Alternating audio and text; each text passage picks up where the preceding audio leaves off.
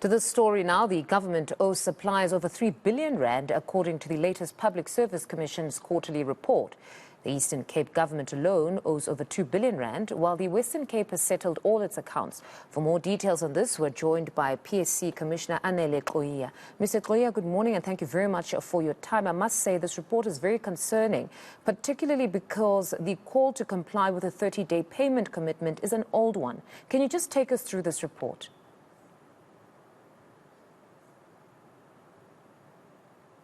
Mr. Gxoyiya, apologies. Can you please unmute yourself? It seems you've muted. Sorry. Good morning to you and good morning to the viewers of eNCA.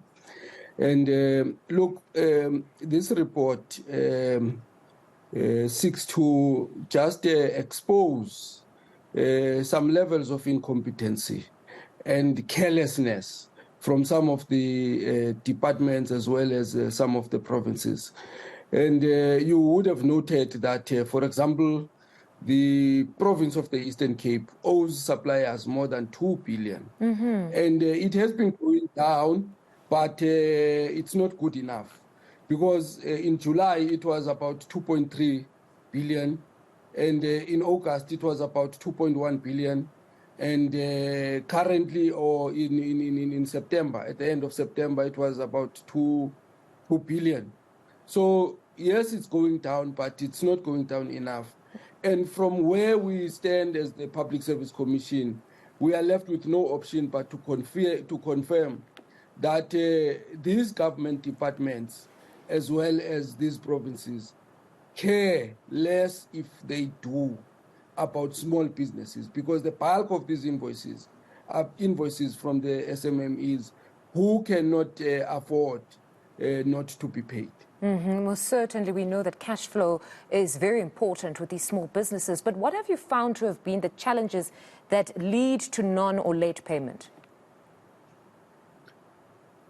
Our own observation is that the entire supply chain is affected by these non-compliances, because in most instances, some of the officials want to be paid in order to process invoices.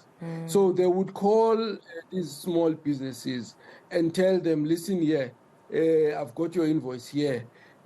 I can speed up the payment, but can you do something for me? And what concerns us mostly is that even now, it's a pity we cannot give you the figures of the end of November now. Those are the figures that we will give in the next bulletin. But you will find out that there are some of the companies that are even unable to pay their employees bonuses. And there's livelihood at stake because of the non-payment of people for the services that they have rendered. So it's a big problem for us, and it's a matter that needs to be attended to. No, it most certainly must be, because this is 3 billion we're saying has not been paid. We may not have the identities of the small businesses, but most certainly now we know that there's over 3 billion, and that constitutes certain companies that will probably have to close or have not been able to give their employees something for this festive season. Yes, you are right. And from our side, we have been calling for the executive authorities as well as accounting officers to act against those officials who fail to do their responsibilities in terms of ensuring that the service providers are paid. There is a lack of consequence management, and it is a huge concern for us, because people, they sit and don't pay suppliers, and it's just business as usual to them. They don't care, because at the end of the day, nothing is going to happen to them. And I can bet you, if one department can just make an example, freeze the salaries of all those people who are involved in supply chain who do not pay their service providers, and see if those service providers won't be paid within a period of 2 to 3 days. Because those people can do it. For example, we can boast as the Public Service Commission to say that there is none of our service providers that we owe, and we pay them within the space of 14 days.